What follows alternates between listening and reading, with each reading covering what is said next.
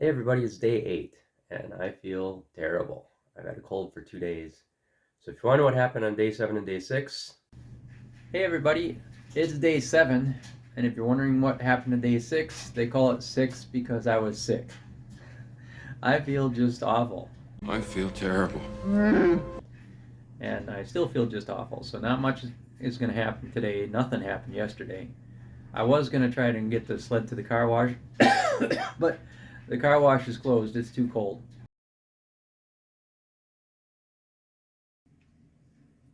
Alright, so we came down here to see how the glue set, and it looks like it did a good job. These things are in there good. So we'll take the pins out and deal with it tomorrow.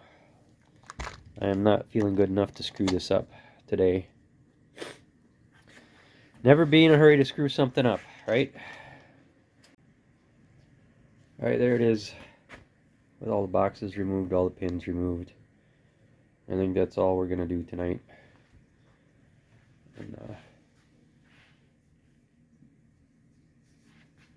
yeah, shape it all tomorrow.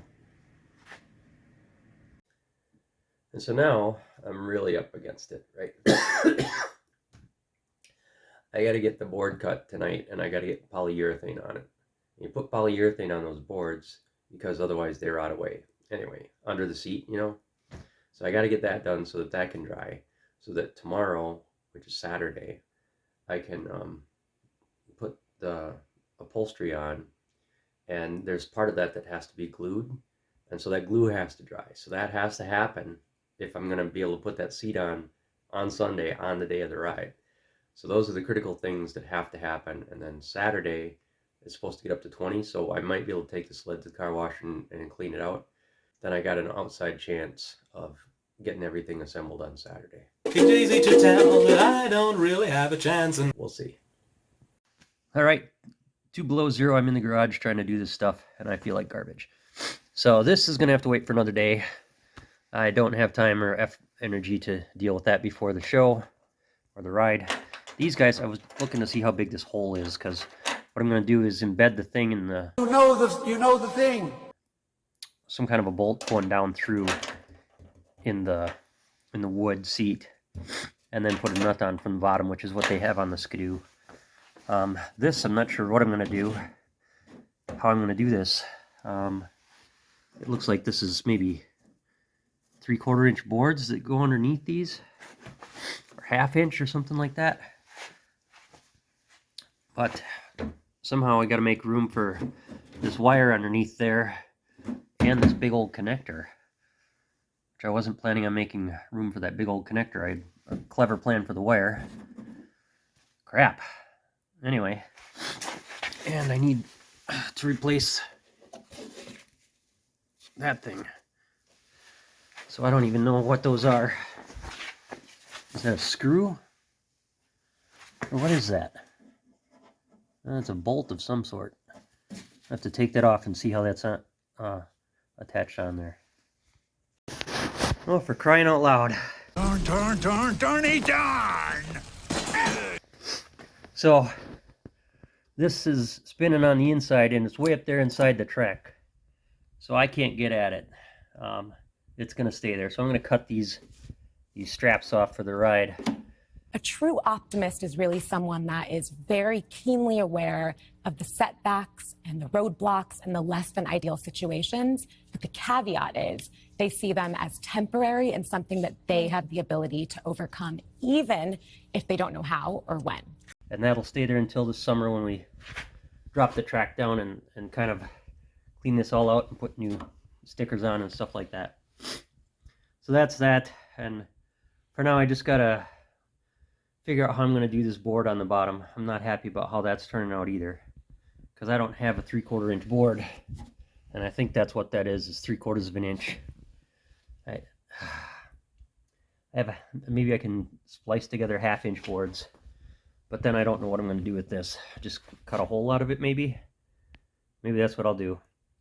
Splice together 2 1/2 inch boards, and then cut a notch out of one of them, And then in this spot, I'll just drill a hole all the way through, and that can go right up against the seat.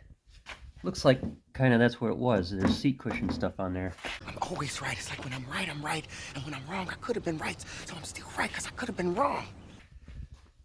And that's gonna have to be good. But I got to go pick up something for the seat bottom right now, and I got to pick up some polyurethane. I got this 1/2-inch plywood here that I can use. So that's the plan. Off to the hardware store before it closes. And did I mention it's 2 below zero and I feel like crap? Yeah. All right, I do some of my best thinking at the hardware store. So here's the plan. I'm going to take that 1/2-inch piece of wood that I have, and that's going to be part of the bottom, and then there's going to be 2 strips of 1/2-inch material with a slot between them for the cord, and then a 1/4-inch material on top of that. So this is going to go down through the 1/2-inch material, and the 1/4-inch material is going to be on top of it. Once I drive that down through, I'm going to super glue this into place so it doesn't spin. I know it's not supposed to spin, but a little super glue won't hurt. And then we'll bolt up through the bottom of the board, and that'll hold the bottom of the seat in place. And then I bought this spray polyurethane. I've not used spray polyurethane, but it's fast dry stuff. So hopefully it dries a little faster than the brush-on stuff, and it'll be ready in less than 4 hours. You know, the other stuff is still tacky at 4 hours. So what I'm going to do tonight is shape this stuff, and then do a little work pulling the carburetor apart. You can't get away with a falsehood. And then I'll put the carburetor back together tomorrow. I have to spray it out and clean it, and I'm not going to go out in the garage where it's, you know, 3 below zero now and clean off carburetor parts. I'm not that crazy. Alright, and trimming this is a multi-pass process. You kind of take, I've learned the big stuff off, and then you kind of shape it. You can kind of press the knife right up against the old foam and just let it ride on that old foam and kind of follow that line, and it seems to work.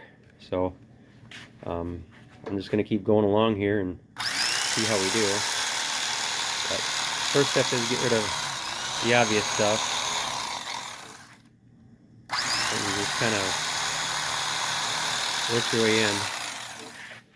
And I'm going to stop filming and do it with my right hand now, because we're getting to the point where I have to curve this and make it fit. So.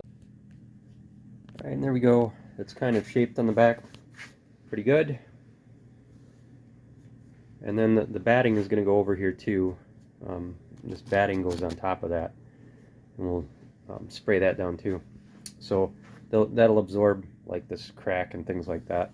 Any little imperfections. I'm actually going to shave a little bit of this off since it's sticking up a little bit too much. Then we'll start on that. Alright, I shaved the front down. There are a couple problem areas, so I had to glue a couple patches in. There's going to be batting that goes over here, so these little cracks and stuff, I'm not worried about those.